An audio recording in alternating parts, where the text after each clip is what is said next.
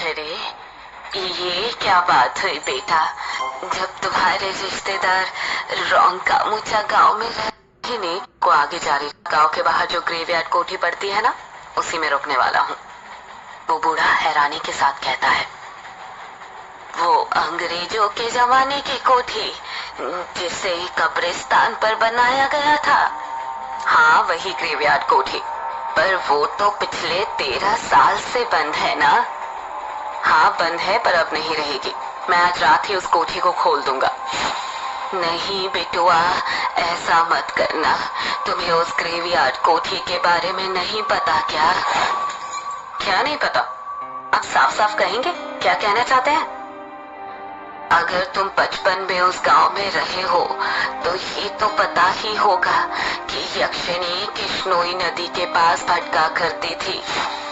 युग उस बूढ़े की बात का कुछ जवाब नहीं देता है। वो गौर से उसकी बातों को सुन रहा था। वो बूढ़ा अपनी बात को आगे जारी रखते हुए कहता है, तुम्हें पता है उस यक्षिणी के एक नहीं 2 ठिकाने थे। पहला कृष्णोई नदी और दूसरा ग्रेवयार्ड कोठी।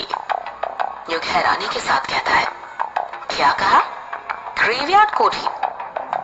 हाँ, ग्रेवयार्ड कोठी। गांव के लोगों ने कई बार यक्षिणी को ग्रेवयार्ड कोठी के पास भी भटकते देखा था।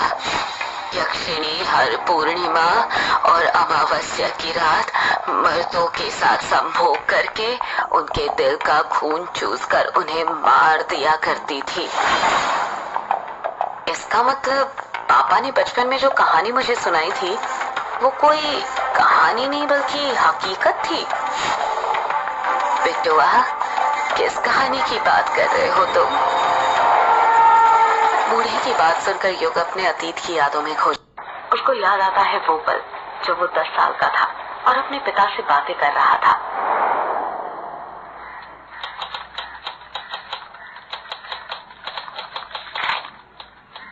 पापा पापा, क्या कर रहे हो आप? युग ने प्यार से पूछा। कुछ नहीं बेटा, कहानी लिख रहा हूँ। युग के पिता ने टाइपराइटर पर कहानी टाइप करते हुए कहा। क्या कहा पापा? कहानी? कौन सी कहानी लिख रहे हैं आप? यक्षिणी की कहानी बेटा।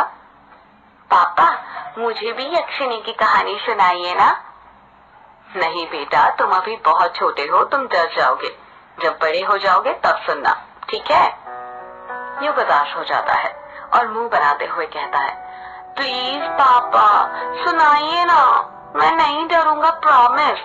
और आप ही कहते हैं ना कि अब तो मैं बड़ा हो गया हूँ और बच्चे डरते नहीं हैं बल्कि डराते हैं। तो प्लीज पापा मुझे यक्षिणी की कहानी सुनाइए ना। युग जिद करने लग जाता है और युग की जिद के आगे उसके पापा हार मान जाते हैं और उसे यक्षिणी की कहानी सुनाने लग जाते हैं। कहते हैं ये जो अपनी कृष्णोई नदी है ना, बहुत सालों से वहां पर यक्षिणी डायन रहा करती थी। युग हैरानी के साथ कहता है, ये बंगला मुड़ा और रोंकामुचा गांव के बीच में जो नदी पड़ती है वहीं पर पापा? हाँ बेटा, वहीं पर। ये जो यक्षिणी होती है ना, ये जंगलों में या पानी वाली जगहों के पास पाई जाती है। हर पूर्णिमा और अमावस्या के दिन आने जाने वाले मुसाफिरों को जो रात में नदी पार किया करते थे, उन्हें ये लुभाती थी और अपने रूप जाल में फंसाकर अपना शिकार बनाया करती थी। कहते हैं यक्षिणी को कमल और चमेली के फूल बहुत पसंद होते हैं। वो हमेशा उसे अपने पास रखा करती थी। जिन पुरुषों को यक्षिणी अपना शिकार बनाती थी, उन्हें वो सबसे पहले कुछ खाने को दिया करती थी। खाने का?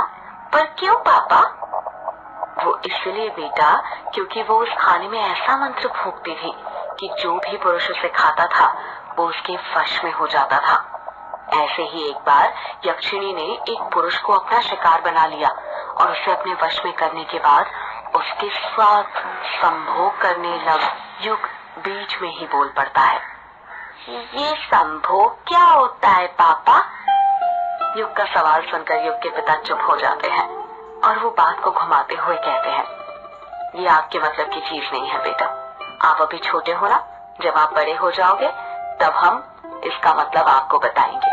अभी आप कहानी पर ध्यान दो। ठीक है पापा, फिर आगे क्या हुआ? संभोग करने के बाद यक्षिणी अपने असली रूप में आ जाती थी। यक्षिणी का असली रूप बेहद डरावना होता है, इतना डरावना कि जिसे देखकर किसी अपने असली रूप में आने के बाद यक्षिणी अपने शिकार के दिल का खून चूस लेती थी। पर वो ऐसा क्यों करती थी पापा? क्या वो बुरी औरत थी? नहीं बेटा, यक्षिणी बुरी औरत नहीं थी, बल्कि वो तो बहुत अच्छी औरत थी, दूसरे लोक से आई हुई एक अप्सरा की तरह। तो फिर पापा वो आदमियों के साथ वो क्या बोला था आपने? याद आया, संभोग करके क्यों मार देती थी? युग के पिता कुछ याद करते हुए कहते हैं, अभिशाप के कारण बेटा। कैसा अभिशाप पापा? बेटा, वो अभिशाप ये था कि युग के पिता ने इतना कहा ही था कि बाहर के कमरे से युग की माँ की आवाज सुनाई देती है, युग बेटा, ओ युग बेटा, चलो आओ, खाना खा लो, खाना बन गया है। युग अपनी माँ को मना करते हुए कहता है, नहीं माँ, मुझे अभी खाना नहीं खाना है, मैं पापा से कहानी सुन रहा हूँ। क्या कहा? कहानी सुन रहे हो? तुम्हारे पापा को कहानी लिखने और सुनाने के सिवा और कुछ आता भी है? जब देखो दिन भर कहानी लिखते रहते हैं, खुद तो बिगड़े हुए हैं ही, तुम्हें भी बिगाड़ने पर तुले हुए हैं। चलो जल्दी आओ खाना खाने, मैंने खाने की थाली बना ली है तुम्हारे लिए। नहीं माँ, मैं नहीं आ रहा, कहानी खत्म होने के बाद ही आऊंगा। क्या कहा? नहीं आ रहे? लगता है मुझे ही आना पड़ेगा, रुको अभी बेलन लेकर आती हूँ, तभी तुम मानोगे। पायल की बजने की आवाज सुनाई देने लग जाती है। ऐसा लग रहा था जैसे युग की माँ युग के कमरे की तरफ आ रही हो। कुछ ही देर में युग की माँ हाथों में बेलन लेकर उस कमरे में आ जाती है। युग को उसकी माँ का चेहरा दिखाई नहीं दे रहा था, क्योंकि उसकी बचपन की यादों में उसकी माँ का चेहरा मिट चुका था। उसे नहीं पता था कि उसकी माँ कैसी दिखती थी।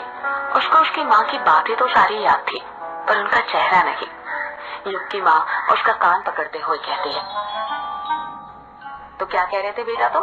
कि तुम्हें खाना नहीं खाना? जरा एक और बार बोलना। युग चीखते हुए कहता है, अरे माँ, कान छोड़िए, दर्द हो रहा है माँ, कान छोड़िए, कान तो छोड़िए, अब माँ दर्द हो रहा है माँ। मामा कहते हुए ही युग अपने अतीत की यादों में से बाहर आ जाता है। जब युग अपनी आंखें खोलता है तो देखता है कि उस बूढ़े ने उसका हाथ पकड़ा हुआ था और उसे हिला हिला कर पूछ रहा था, अरे ओ बिटुआ, कहाँ खो गए? ठीक तो हो तुम? और ये मामा क्यों बोल रहे हो? अरे बिटुआ। युग बूढ़े की बात का जवाब देते हुए कहता है, कुछ नहीं बाबा, ठीक हूँ मैं तो डर ही गया था। युग बूढ़े की आंखों में देखते हुए कहता है, बाबा, एक बात पूछनी थी आपसे, क्या वो यक्षिणी अभी भी